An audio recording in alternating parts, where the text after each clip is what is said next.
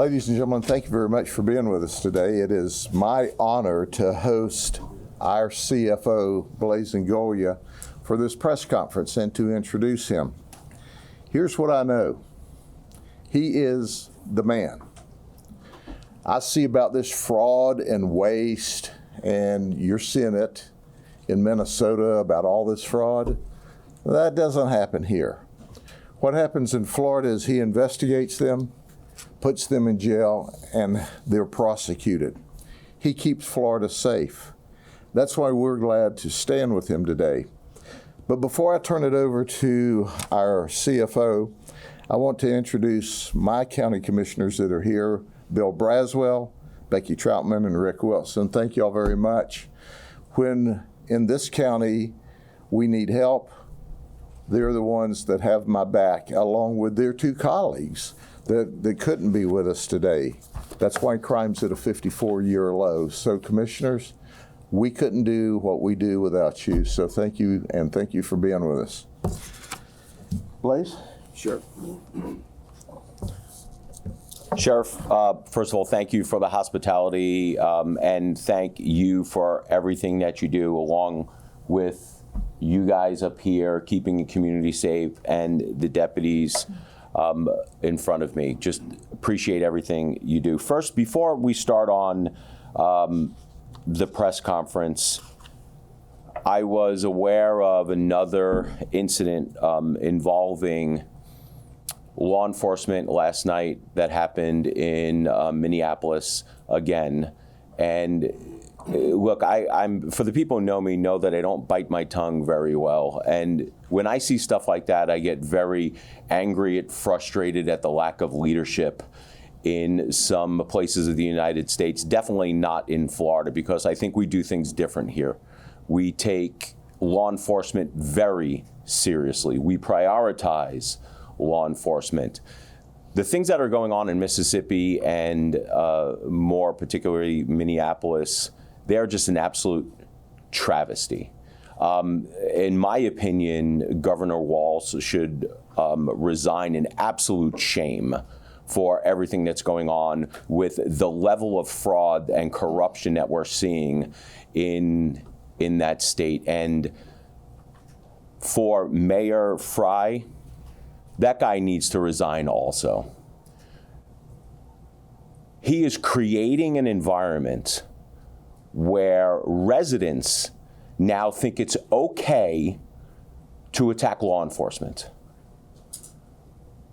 This would not have happened if it wasn't for a woke mayor of an area getting on TV, making excuses for people to create crimes and inflict pain and harm upon law enforcement. Both of those guys need to be out of office, and out of office quickly. The people of Minnesota and the people of the city of Minneapolis deserve better than to have those two buffoons leading that state and that city. I just have to say that. I just have to get that off of my chest. We do everything that we can here in the state of Florida to protect our law enforcement.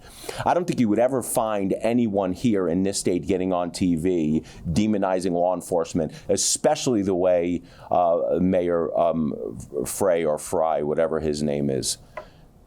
He needs to go, and he needs to go yesterday. So, again, thank you, Sheriff Judd, for having us here today. My name is Blaise Ingoglia. It is an honor to be the CFO of the great state of Florida. I'm also happy to be joined here today by Sheriff Nocco, Pasco County Sheriff's Office. Sheriff, thank you. Sheriff Nienhuis. Sheriff, thank you, from Hernando County. Major Ryan Brown, Sarasota Sheriff's Office, thank you for coming here. Colonel James Chip Roberts, Hardee County, and Chief Ruggiero from the Port Richey Police Department. I'm going to go over a little about the history of illegal immigration and sort of how we got here to this point. In 1986, Congress, with the backing of then President Ronald Reagan, passed the Immigration Reform and Control Act, otherwise known as ICRA. It was supposed to be a landmark law that granted illegal immigrants amnesty, but at the same time was supposed to strengthen border security and strengthen workplace enforcement. So what happened? Almost 3 million illegal immigrants were granted amnesty, and the enhanced immigration enforcement that was intended never, ever happened. In fact, over time, we had seen that the immigration laws were weakened, creating an opportunity for more and more illegal immigration. Foreign nationals, people in other countries, saw that the United States just granted amnesty to 3 million illegal immigrants with no follow-up enforcement whatsoever, which incentivized even more illegal immigration. For decades, immigrants crossed over our borders illegally, while states in the U.S. created programs to supposedly help them. Now, eventually, so many of these states expanded these programs so generously that the programs themselves acted as magnets, attracting more and more illegal immigrants to this country. It was a recipe for disaster, and that disaster came in the form of the de facto open border policies of the Biden administration. Under Joe Biden's watch, illegals flooded the southern border.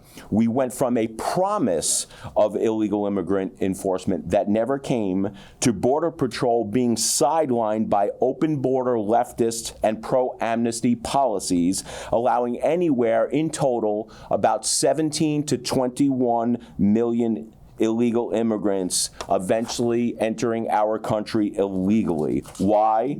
Because they receive generous public assistance at the taxpayer expense. In fact, you guys have seen this just recently, a couple of years ago, that many illegals were being housed in New York City in hotels.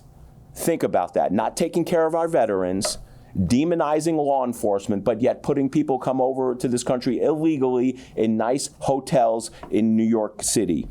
In many states, illegal immigrants can receive free health care, free education, free legal advice, food stamps, unemployment, reduced tuition, driver's licenses, auto insurance, law degrees.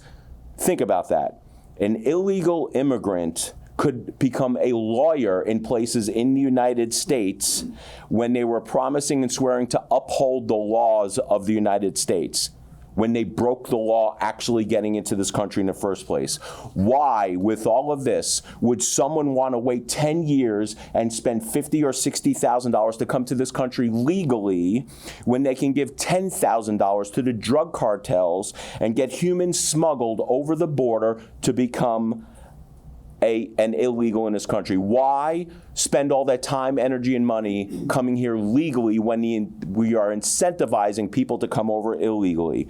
While Biden and his cronies allowed illegal immigration to wreak havoc on our country, Florida understood that any incentive for illegal immigration had to be removed, and we had to be bold in leading the nation against woke open border policies. That's why we worked hard to ban sanctuary cities, enhanced criminal penalties for human smuggling, and added human smuggling to the list of crimes allowed under prosecution under Florida's RICO's Act. We stopped the issuance of driver's license and community IDs to illegal immigrants. We implemented mandatory DNA testing for illegals who commit crimes to get them in a database. So if they committed a crime, a more heinous crime later, we would already have their DNA. We mandated that hospitals start tracking how much money was spent on delivering health care to illegal immigrants. We stopped in-state tuition for illegal immigrants. We said that everyone had to, if you're a business, we mandated use of E-Verify for everyone. We stopped the practice of any illegal immigrant getting a law license here in the state of Florida. And probably most importantly, and one of the reasons why we're here today, mandatory 287G, where we have a partnership with the federal government and our law enforcement, the guys and the gals standing behind me and in your communities, so we can rid our communities from the criminal element, those illegal immigrants who are here commit crimes. But thankfully, we are living in a new age with new leadership of accountability and law and order. The days of the open southern border are over.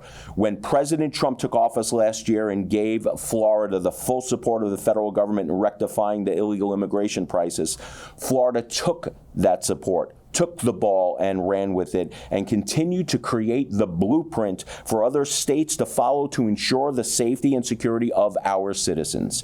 We worked to get legislation passed so that all law enforcement agencies could be 287G certified and have the capabilities to assist federal law enforcement with removing illegal aliens from our streets. Since I have become CFO, I have placed a renewed emphasis on our Department of Financial Services Criminal Investigations Division to ramp up our efforts to work with ICE and arrest criminal illegal aliens in our state. Not only do we prosecute white-collar crimes and fraud, public assistance fraud, we're actually assisting our law enforcement partners in putting away criminal illegal aliens. Our officers are actively working with ICE to find illegal aliens with active deportation orders and turn them over to immigration authorities. Additionally, our investigators have extended their local support to local law enforcement agencies to augment resources and manpower when conducting anti-illegal immigration operations. Since I took office, our DFS investigators have arrested 53 illegal aliens, of whom 11 had prior charges for sex crimes. 10 were charged sex offenders. 1 have been charged with the possession of child pornography, and 1 has been charged with kidnapping. Now, those crimes did not have to happen. Those victims did not have to be victimized. But because of the Biden open border crisis, they were. And to continue to take away magnets and create disincentives, we have proposed again, yet again, major legislation to continue to keep our foot on the gas to curb illegal immigrants, especially those who are criminals, from coming into our communities. I am proud to say that this proposal was filed, and hopefully it will be moving through the House and the Senate to hopefully be turned into law. With this new legislation, proposed bill will prohibit all commercial driver's license pre-licensing instruction, testing, and licensing procedures to be given in any other language but English.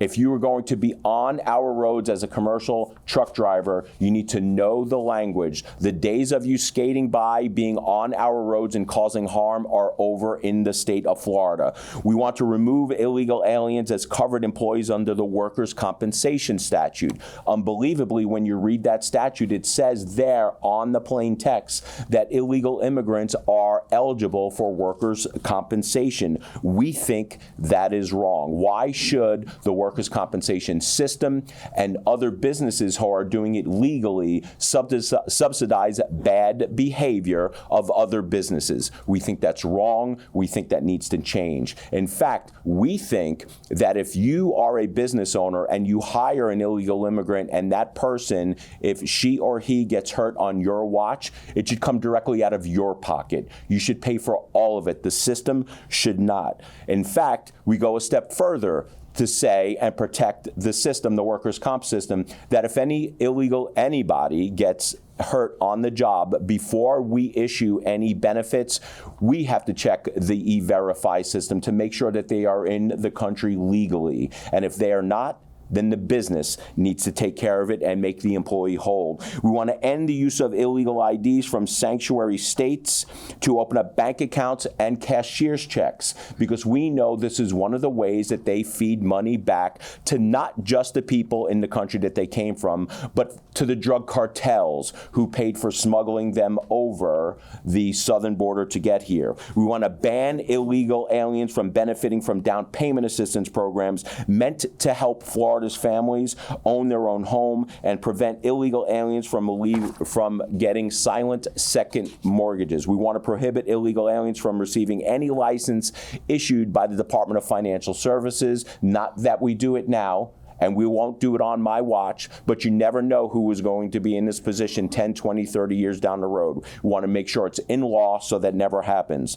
And we want to require car insurance companies that insure illegal aliens using outlawed driver's licenses to fully accept the financial burden of a car accident involving an illegal alien. Some states offer driver's licenses to illegal aliens. In fact, some states are proud. Gavin Newsom did a press conference and sent out a press release that they were proud. I think it was about a year ago that they issued the 1 millionth license to an illegal immigrant in their state. Bad idea. But what we had found out, unbeknownst to us, that there are actually insurance companies that will offer and market to illegal immigrants for them to get insurance. Now, what happens if an illegal immigrant with that type of insurance gets into an accident here in the state of Florida? Even though we are a no-fault state, we think that that insurance company that insured that illegal immigrant should pay. They should automatically be at fault because they should not be here on our roads in the first place. To me, that is just common sense. That should create a disincentive for these insurance companies from offering the insurance to the illegal immigrants. And then maybe California would think twice about issuing driver's license to illegal immigrants, knowing that they are going to be on the road uninsured and create problems. Last year, the governor also signed $250 million in the budget for reimbursements awarded to the State Board of Immigration Enforcement, which I am proud to be a part of, to local law enforcement agencies for all 287G related activities, and to provide bonuses to 287G certified officers. The biggest disincentive that we can have, regardless of everything that we were going to do, are these guys right here, protecting our communities. It's these guys that should be the overall deterrent. 17 to 21 illegal immigrants in the United States is a big, daunting task if we want to get rid of them, especially the ones committing crimes, especially the ones committing heinous crimes. The enormity of the problem will only get solved if we have full cooperation with the federal government, with state government, and these guys behind me protecting their communities with their brothers and sisters, boots on the ground. You cannot fix all of that without a network of people all working together for the same common cause, which is to keep U.S. citizens, and more particularly Floridians, safe from harm. That's why we are so proud to have leaders like Donald Trump in the White House, to have leaders like Ron DeSantis as governor, realizing that this is the deterrent. That if you are going to come over to our country illegally, and if you're planning on settling in our communities using taxpayer funds in order to fund your lifestyle and commit crimes, the deterrent is, well, now we have a network. We have a network that flows through local governments, through the state government, in partnership with the federal government, that we will arrest you and we will deport you, because the first rule of government is to keep the people safe. And if you are not doing that, then you're not doing your job. That's why Governor Fry, whatever he is should resign in shame, because he's not keeping his people safe. He is 180 degrees different from what these guys do in their communities day after day.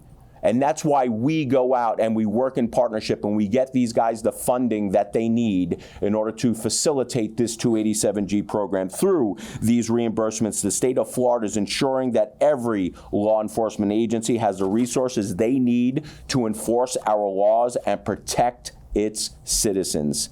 Today, I am proud to be presenting some of those reimbursements to the sheriffs and our law enforcement officials that are here with us today. So what we're going to do next is we're going to call each of the names. We're going to take some pictures with the check presentation. We're going to take a group picture for everyone, so everyone outside of Florida knows that Florida is serious about illegal immigration enforcement. Florida is leading this nation with arrests and deportations. Almost 20,000 so far since we started this, and it's going to continue. So if you're an illegal immigrant, self-deport, because you don't want these guys catching you. Because I'm going to tell you right now, they will. And I'm so proud to stand here with them today as we announce these awards. The first award, Sheriff+grady+judd. I think you guys know that guy. Sheriff+grady+judd, Polk County Sheriff's Office, for a 287G reimbursement of $1,006,985. Sheriff? Don't come up, commissioners.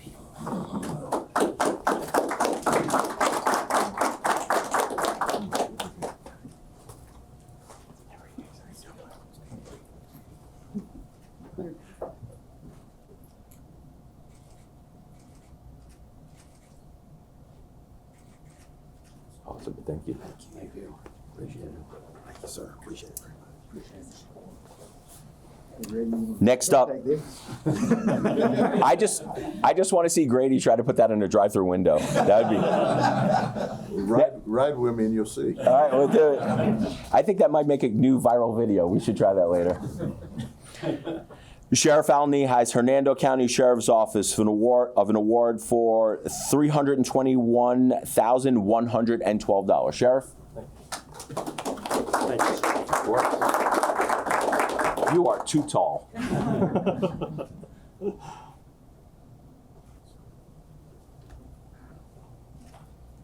Okay. Thank you, sir. Thank you, Sheriff.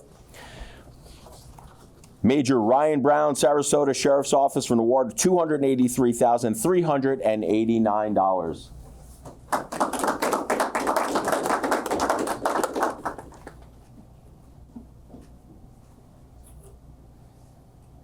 You guys are so tall. I'm going to get platform shoes for these. Colonel Roberts, Hardee County Sheriff's Office, $135,560. Thank God somebody's as tall as me. With the same barber.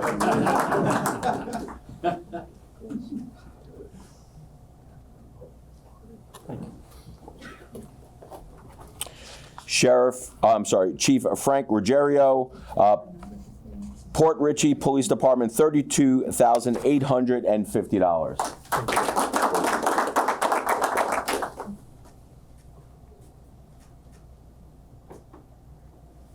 All right, let's grab everyone up here for our big group photo.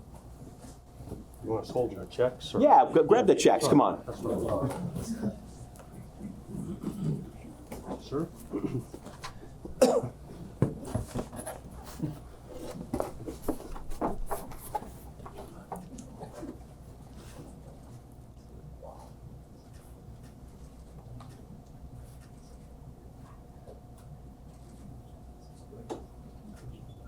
Awesome, thank you guys.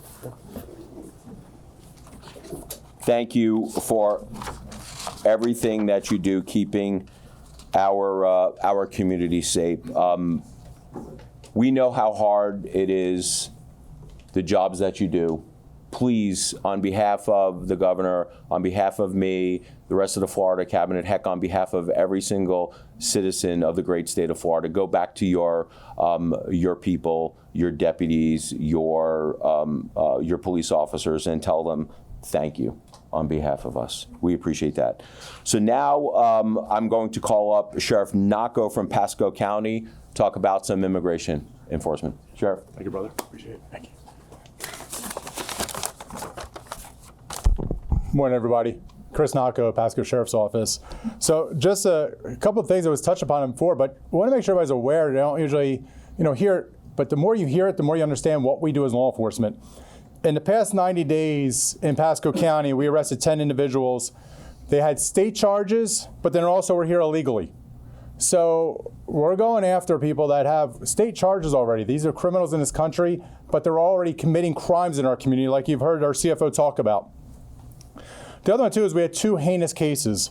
One was last February, where an individual was in this country illegally, raped an underage girl, and we also had a 12-hour manhunt trying to find this individual. The other one was this past September, where there was an individual in this country here illegally who was, committing crimes that included human trafficking and also raping a juvenile. So we're going after the worst of the worst in every community. We're going after people that are committing crimes, but then these people are here illegally, and they shouldn't have been here. And like CFO Blaise Ingoglia said, these are crimes that should have never have occurred. These are victims that should never have been victimized. And these are the people that should have never been in this country. So I want to thank CFO Blaise Ingoglia. I was about to say senator. But he keeps getting promoted, and that's a good thing. Because I can tell you, Blaise Ingoglia is somebody, when he was in the legislature and now as our CFO, is somebody who stands with law enforcement. He's somebody who's protecting law enforcement, make sure we can go do our jobs. Because unfortunately, as you see across the country, there are elected officials that don't protect law enforcement.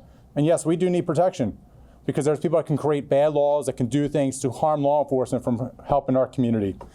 The other one is, I'm going to go back to, I want to thank President Trump, the leadership we have in the state of Florida with Governor DeSantis. I go back to Blaise Ingoglia. He's part of the cabinet.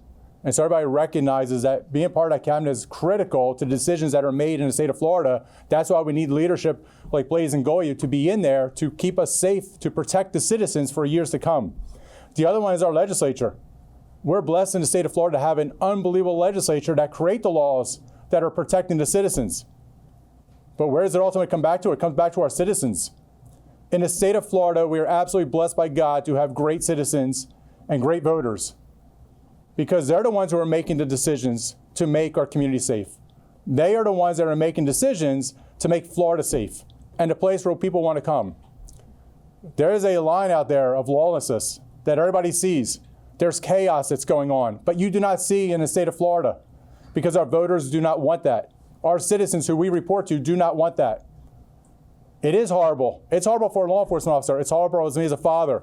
It's horrible as me to see what goes on in these communities. Think about it. They are blocking roads. They're out there. Everybody has a constitutional right to protest. They have a constitutional right to protest. What they don't have a constitutional right to do is to infringe their constitutional rights on other people. They do not have that right to go out there and harm other people, to disrupt other people's lives. So when they're blocking roads, did anybody ever think there could be somebody's loved one in an ambulance that can't get to the hospital because that road is blocked? Does anybody ever think that, there is that mother who's been working all day who has to rush home because their kid has to get to soccer but can't get there because, there's people blocking the road. There's things that are disrupting society. It's not going to happen in our state. I'm super proud to be a sheriff. I'm super proud to stand here with our law enforcement officers, because I will tell you, that's not going to happen here. You sit in a highway, you sit in a road, your ass is going to get pulled up quicker than you can think about it, because that's the way our citizens want in the state of Florida. Absolutely, everybody has rights. They have constitutional rights, but you do not have the right to go out there and firebomb cars. You do not have the right to harm federal agents or law enforcement agencies. You do not have that right. So I want to thank CFO Blaise Ingoglia. He's a leader that is absolutely making positive changes in our state, and I support him because I know in the future he's going to be up there fighting for us. I also thank our God Almighty. I ask him to bless and protect all of us, and there's so many law enforcement officers here. There's so many that are working the roads right now, and I ask everybody at home, please pray for them. Please pray for their families, but also when you vote, when you go out there and you say, this is what I want in our community, please think of them. Think about making Florida continue to be safe and a place where people want to come, because we want people to flourish here. Thank you very much. Appreciate you, sir. Thank you. Next up, Sheriff Al Nienhuis, Hernando County Sheriff's Office. Sheriff. Please. Good afternoon. Hernando County Sheriff Al Nienhuis, and I've had the pleasure of knowing now our Chief Financial Officer, and as Sheriff Nocco said, Senator, and sometimes it's hard not to call him Senator, but I even knew him pretty well and considered him a friend before he actually took elected office. And I will tell you that one thing about Blaise Ingoglia is you never have to wonder what he's thinking. He is going to tell you like it is, but he's going to have dialogue. He's never going to blindside you. He's never going to say one thing publicly and another thing privately, or do something privately. And he and I have had a lot of private conversations, and what you see publicly is what you get privately. And in law enforcement, that sometimes can be a rare commodity in general, and certainly when it comes to those people in positions of authority and in governance. So I want to say I appreciate our friendship, Blaise, and I appreciate his support of law enforcement. He knows a lot of people. He's from my area. He knows a lot of people in my sheriff's office and interacts with them on a regular basis. And to say he is supportive is a huge understatement. But he's also very pragmatic businessman, and I appreciate that about him as well.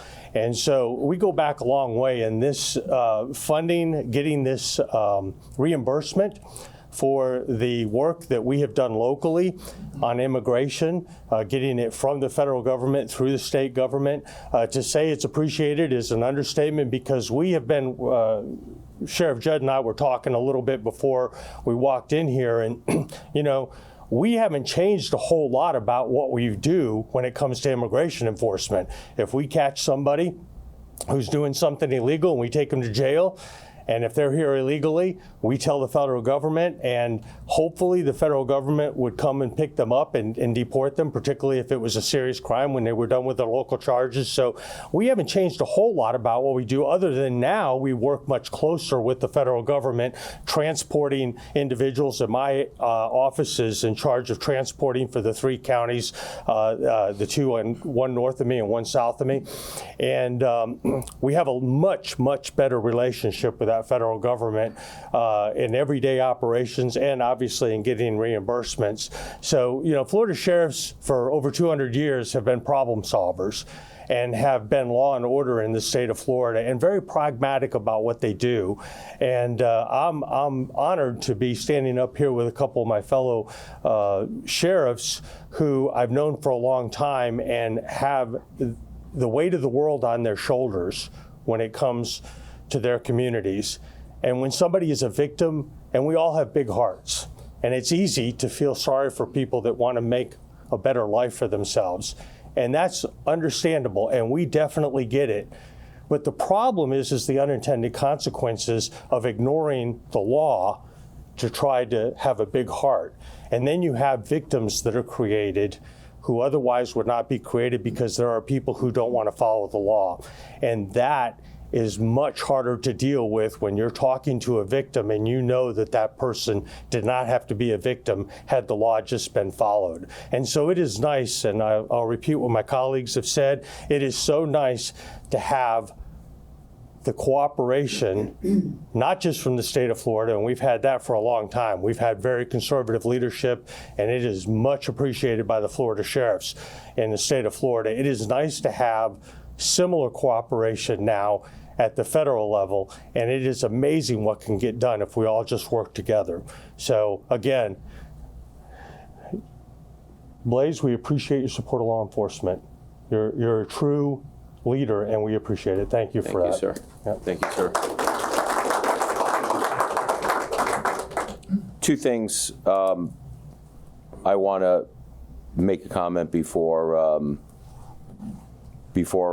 I go on. The first is, well, maybe just one salient point, is that these guys in years past, under administrations that didn't do what they needed to do, quite frankly, the Obama administration and then the Biden administration, these guys were always arresting and detaining illegal immigrants. The difference is that they didn't, when they called up to the federal government and said, hey, we have the bad guys, you know what you got on the other end of the line? Crickets. They didn't care. They did not care, and that's the difference between what you're seeing today and what you've seen before. So just want to make that point. Next up to speak, Mayor Brown, Sarasota County Sheriff's Office. Did I say mayor or major? Mayor. Okay. Major. I think I just promoted him. Major Brown, or demoted him, depending upon how much you like politics or not. First of all, I want to thank you, sir. Thank you, sir. And thank you, Sheriff Judd, for having us. Appreciate it. So my name is Ryan Brown, and I'm the law enforcement major of the Sarasota County Sheriff's Office.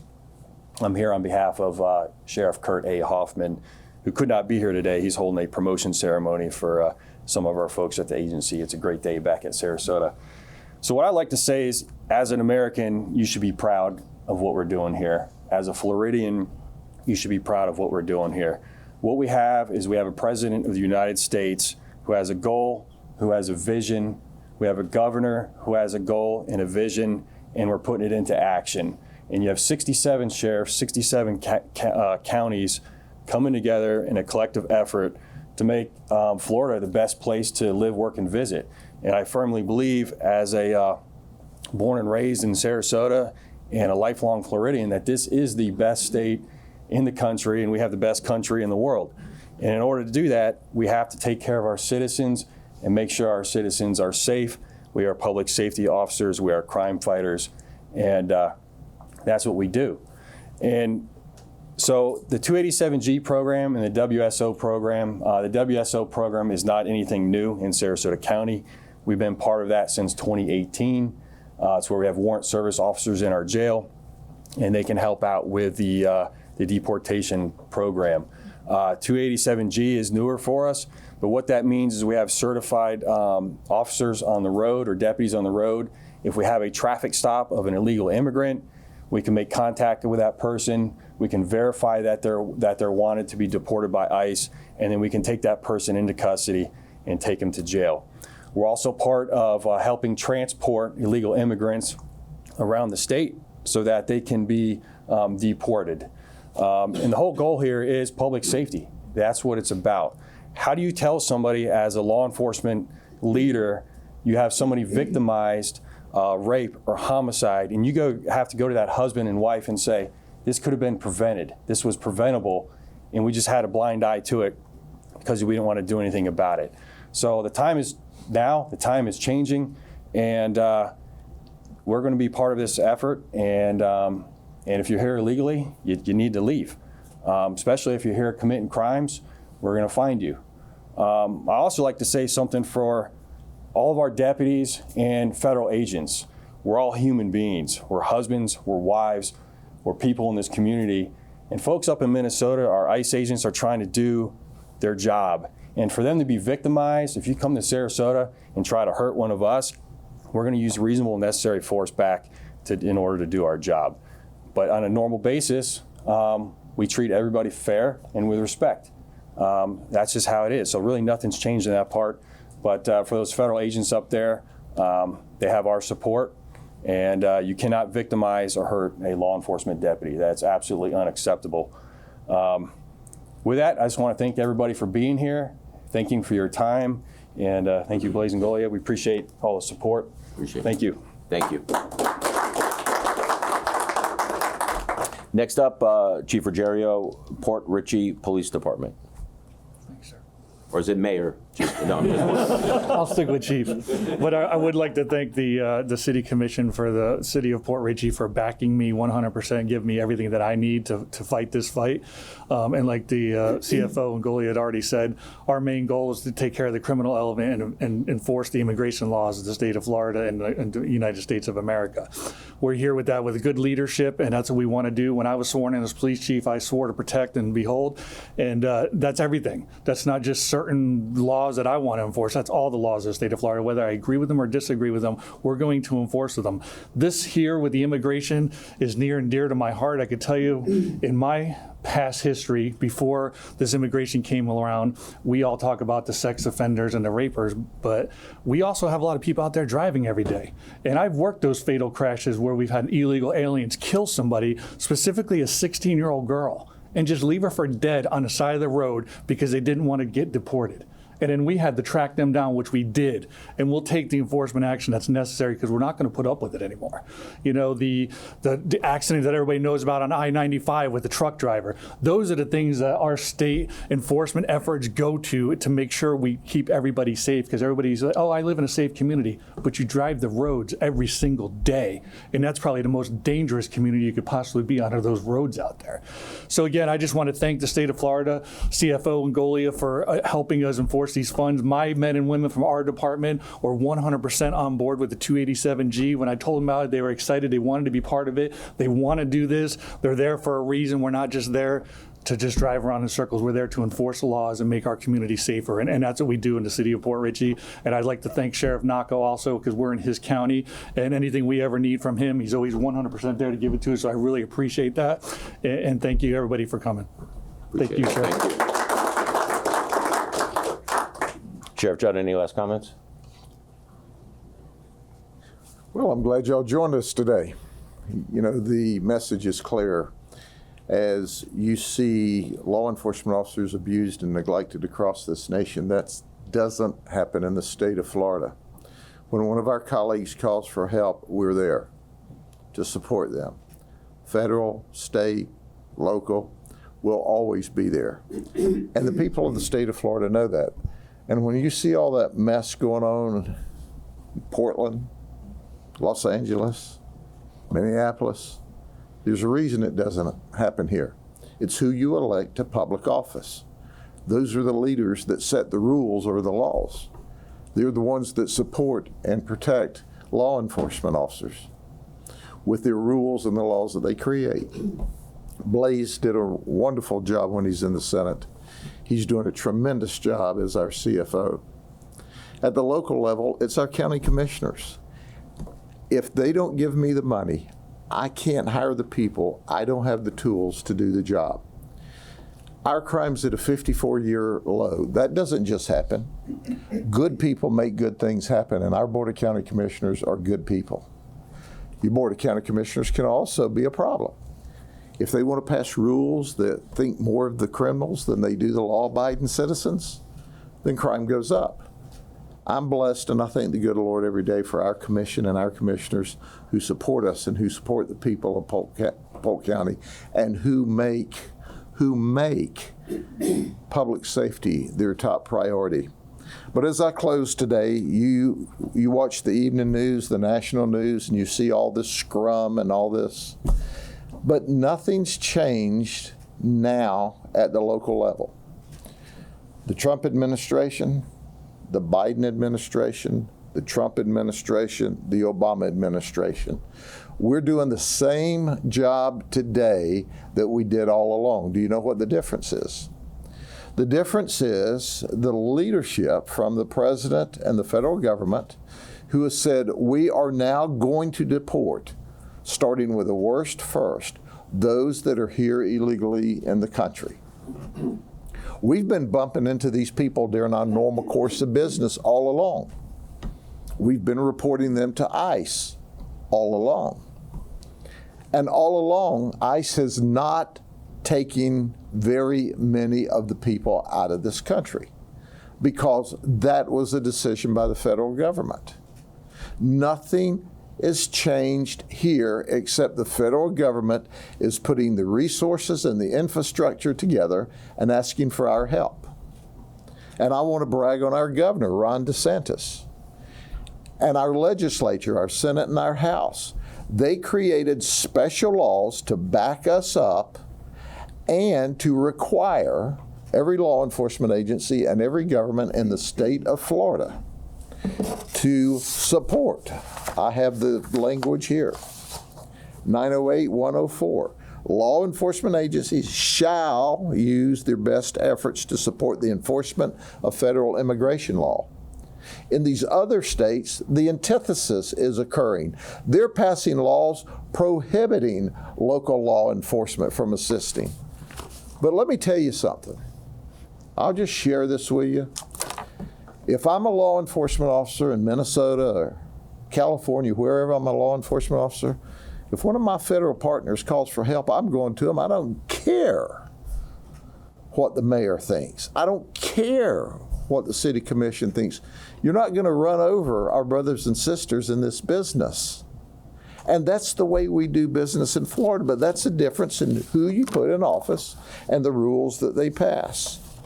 So when you look at our performance here, you will find that the ICE now is deporting or taking possession of the people where they didn't before. The people we are taking to the jail and reporting to ICE are the people we interact with during our normal course of business. And ICE has put 1.5 million warrants out of their confidential ICE computer into the National Crime Information Center.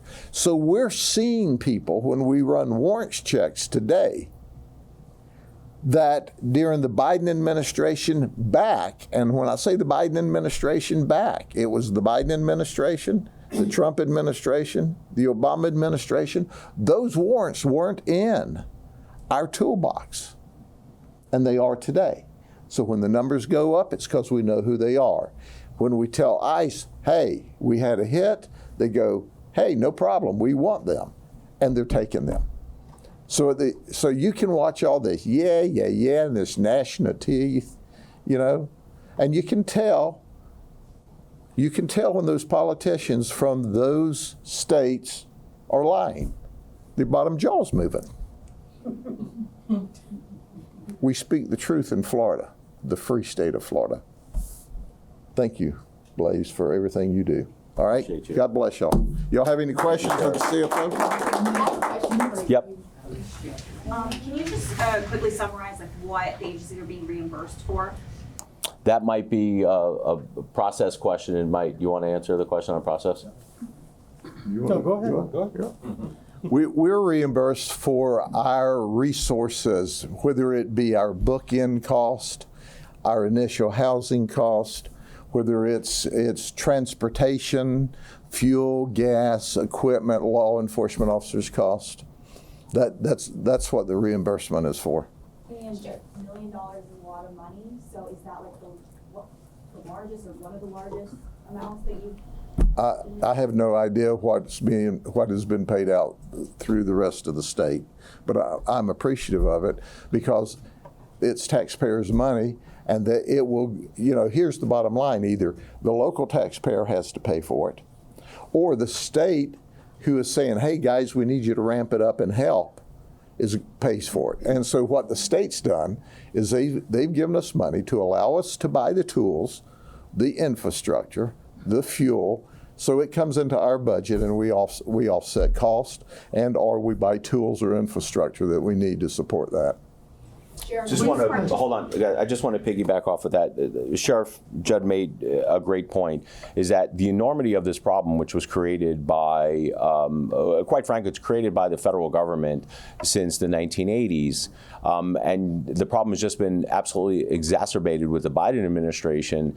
The enormity of the problem has become where the taxpayers are going to bear a big portion of the responsibility in extracting these criminal aliens. This does not happen free. These guys have salaries. Their deputies, the brothers and sisters that work with them, it costs money to do all of this stuff. So nobody ever thinks about, it's not only the cost of illegal immigrants coming into our communities and getting all these special benefits, some that you as citizens don't even get, but the cost of extraction is being borne by the taxpayer also. There is a cost. But what I want to remind everyone is that while the taxpayers are bearing a large portion of the cost on an extraction, the people who make most of the money on the infill, bringing the immigrants illegally here to the United States of America, are the drug cartels. So when we hear these stories about, you know, sympathetic ears like Mayor Frey out of the city of Minneapolis saying, you know, boo-hoo, we're finally getting rid of those bad ICE agents, are getting rid of criminal illegal aliens out of the city of Minneapolis, and, you know, the bleeding heart liberals that say, no, they should allow this stay. What they're doing is they're actually emboldening and enriching the drug cartels with that, because our best guess right now is that the drug cartels are making more money off of human smuggling than they are off of drug smuggling, and that has to stop. Next question. What is the source of that state funding that you use for those reimbursements? Federal government. That's coming from the Federal government, 287G partner comes in, and then they make application for the amount of money that they need and it's a reimbursement program. Yes, sir. Let me ask you. What outlet are you with? Channel 8. Okay. We have the late team. So let me ask you a question about a specific situation you may or may not be aware of, but I want to kind of ask a bigger picture question here. In that there was Pinellas County Sheriff's Deputy Michael Hartwood, who was tragically killed when he was run over by a piece of heavy equipment when he was doing traffic enforcement. He was run over by a man that was later arrested. He was working on a FDOT contract. That individual was later discovered to have used false identification. He was a Honduran national. Everybody on the crew, it turns out, was here illegally. This individual is still going through the court process, but my question is, how do you ensure that companies, especially those who are using state of Florida tax dollars, are hiring people who are here legally, and do you now go after that company to ensure that they don't do this again? So the way you do that is full compliance with E-Verify, where we don't have just 25 and over, which is the current law. I tried to get full E-Verify done where every single employee employed in the state of Florida has to go through the E-Verify process, but you also create huge disincentives. It was a substance of another bill that I filed when I was in the Senate that said if anything happens to an illegal immigrant or somebody that they kill, the company should be on the hook for it. The way you fix that problem is by huge disincentives. So the first way you do it is to make sure and ensure that no illegal immigrants that do not have authorization to be in the United States to work legally are not able to work legally. And that's making sure that you have every person going through an E-Verify process and big disincentives and penalties for the companies that hire them. So next, that company is one that should be looked into? That is a blanket statement for everyone and anything that happens in this country. That my stance on that is not going to change situation to situation. Next question. Yes, ma'am. This question is for Sheriff-Grady+Judd. Since participating in the 287G program, how many undocumented immigrants have been detained or transferred to ICE? Well, I don't call them undocumented immigrants. I call them illegal immigrants because that's what they are. The reason they're not documented is they're not legal, okay? They're illegal immigrants. 74% of the illegal immigrants that we've detained have had criminal charges against them, okay? The other 26% were riding with them, okay? So when we stop a car, we run a warrants check on everybody in the car. When there's a call for service, we run a warrants check on the victim, the suspect, and all the witnesses, okay? We call that 26% collateral. But 3 out of 4 of them have committed another criminal charge. Now think about that for a second. They couldn't commit that crime if they weren't here, but they did. So now you're having to take your taxpayer money and my taxpayer money and pay for the prosecution of those folks, pay for the public defender that defends them, pay for the jail and the prison sentence depending on what the charges are. So and the majority of the 26% that was left out of the 74% of them had criminal charges. They were what we call collaterals, and most of them were with the person committing the crime. And that's the numbers that we have so far. And those, so how many illegal immigrants have we arrested this year? We've arrested 557 that have criminal charges as well as they're here illegally. That's just this year. But here's the thing and let me focus on this, and I know on social media people have already tuned out, but you need to tune back in and listen to this. The reason that you see ICE flooding into Minnesota and Minneapolis and into Los Angeles, into these big cities, is because they refuse to turn over the illegal immigrants who are being arrested by the local police department where there's outstanding ICE warrants. If they would have simply, instead of fighting back and pushing back against the federal government, instead of violating the federal law, which is what these leaders have done there, if they just said, look, ICE, we don't want our police actively engaged in ICE enforcement, but you can come in our jails, and as we make arrests, you can go through your evaluation process and remove those criminals that are committing crime against the citizens of the United States and against each other. You can remove them. Then they wouldn't be flooding these big blue areas with all of these ICE agents. So it's the policy And the laws that the California and the Illinois and the Minnesota and the Oregons and the Portlands and the city, it's the laws that they've passed that's created the environment for ICE to have to go in there and do it all on their own.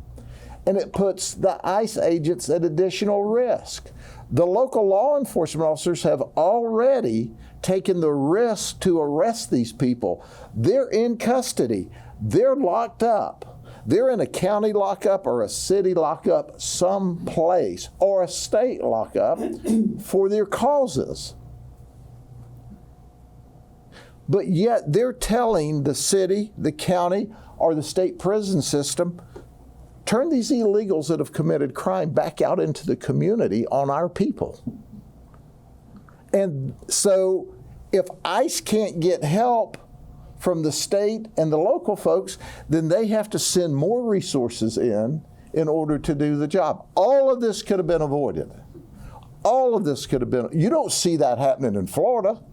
You don't see ICE sending 1,000 people down here to go into Miami or Jacksonville or Tampa or Orlando or our big metro areas. You don't see that. You know why? Because we're cooperating. And this same environment could be in every one of those states if the state had cooperated.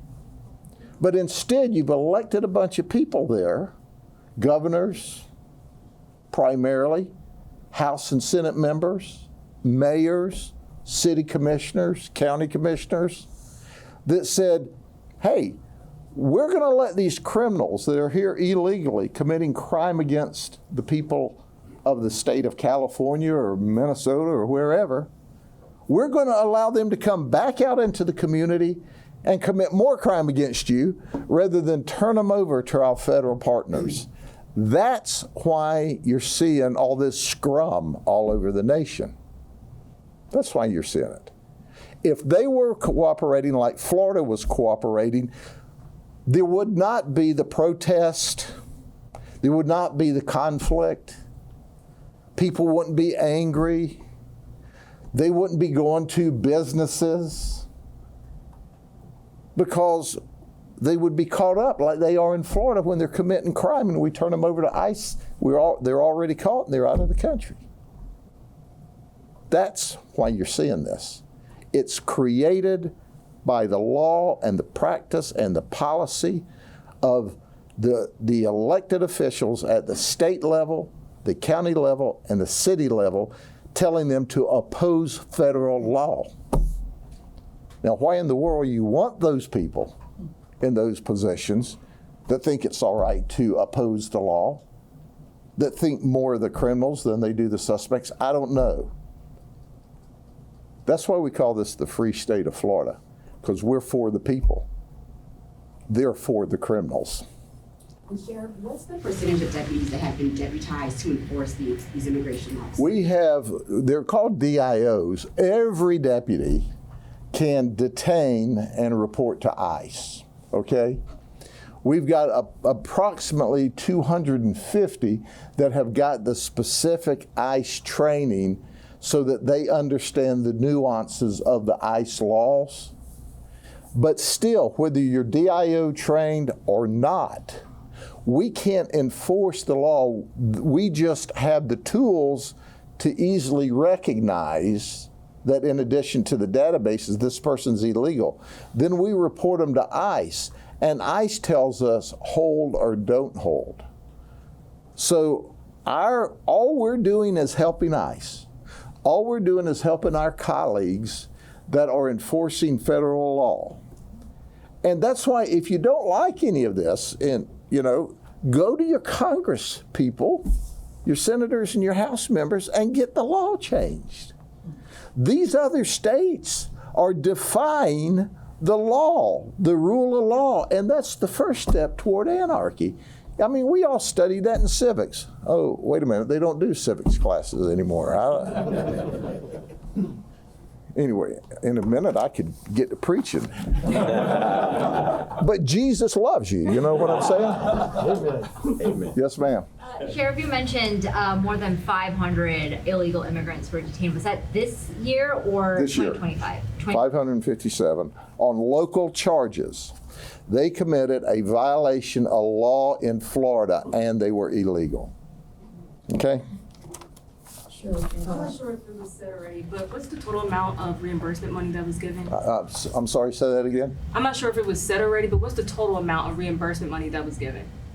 We can get that.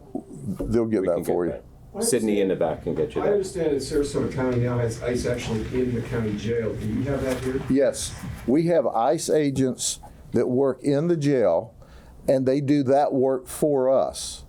When they're not there, because they're not there 24/7, then what we do, we have people trained there that contact ICE call centers. I'm telling you, folks, they're trying to demonize ICE. We work with them hand in glove every day. They are wonderful, dedicated, hardworking law enforcement officers, and they're not getting crap thrown at them in the state of Florida. They're not ginning up people that are not happy in the state of Florida because we're not putting them in that position in the state of Florida.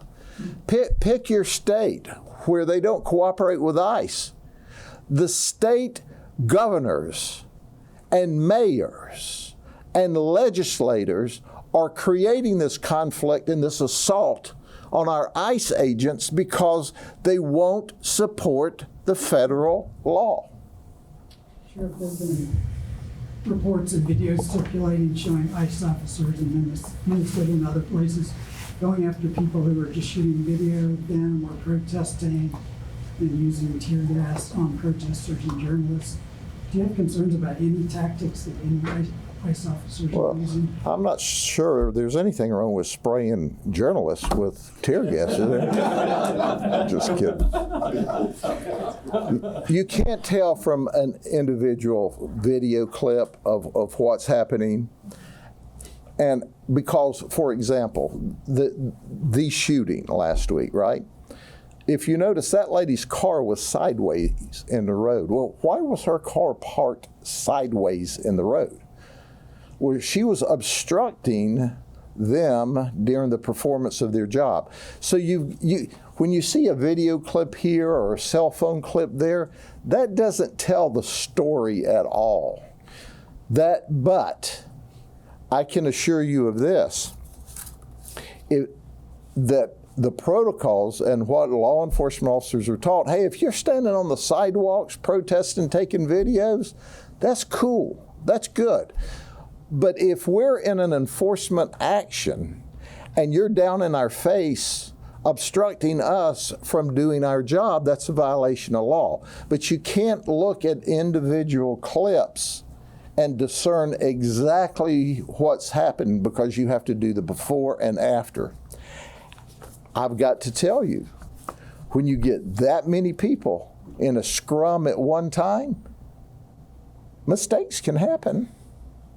Mistakes can happen. But you had a good question there to it. You said, well, they're spraying chemical agent on reporters. My goodness. We don't do that here. We love our reporters. CFO, so the proposed legislation that's been filed, what's the next step? So the legislation has been filed. Legislative session started on Tuesday. So the next step is meeting with the Senate President, meeting with the Speaker of the House, meeting with the chairs, and make sure that it moves through the committee process. What we have filed may not necessarily be the end that gets signed into law, but we're going to make sure, no matter what, that what we do is going to be the toughest that it possibly can on cracking down on illegal immigration. I think that we in the state of Florida need to view illegal immigration reform as something that we do on a yearly basis. The same way, after every election cycle, we normally offer an election security bill to find out what the bad actors did in the last election, and we make sure that it doesn't happen in the next election. I think that an immigration enforcement bill should be standard fare every year in the legislature, because no matter what law we put on the books, you are going to have the nefarious actors try to work against those laws to circumvent the laws to effectuate more illegal immigration. I do want to piggyback off of one of the comments that the sheriff that made in talking about sanctuary policies. Sanctuary policies need to go in the United States, and he's not wrong. Sheriff Judd is 1,000% right. You will have an illegal immigrant commit a crime, let's say in Oregon, and they're an illegal immigrant, and sometimes these crimes are heinous. And in years past, under previous administrations, they would call ICE and ask them to deport, and they wouldn't, and they would eventually wind up in, say, like Washington State, Seattle, another sanctuary jurisdiction, only to find out that that same criminal illegal alien committed another crime there, and it was a sanctuary policy that attracted them there. The easiest way to get rid of sanctuary policies is maybe we should start charging the politicians with crimes that vote for the sanctuary policies and make them accessories to whatever crimes are committed by illegal immigrants in those jurisdictions, because to me they're absolutely complicit in the crime, because it never should have happened in the first place but for those sanctuary policies, but for some politician voting thinking that that's okay. The legislation you mentioned, is that one particular bill or multiple bills, and do you have the number? So there are a couple of different bills moving through the legislature. Senator Martin and Representative Bernie Jacques, I believe, are carrying the large immigration proposals. There's one proposal that is going to set the E-Verify threshold at 0, which I wholeheartedly agree with. And then they are both carrying the large piece of immigration enforcement proposal that we have drafted out of our office. Any other questions? Guys, thank you for coming. God bless you guys. God bless the great state of Florida. Thank you, guys.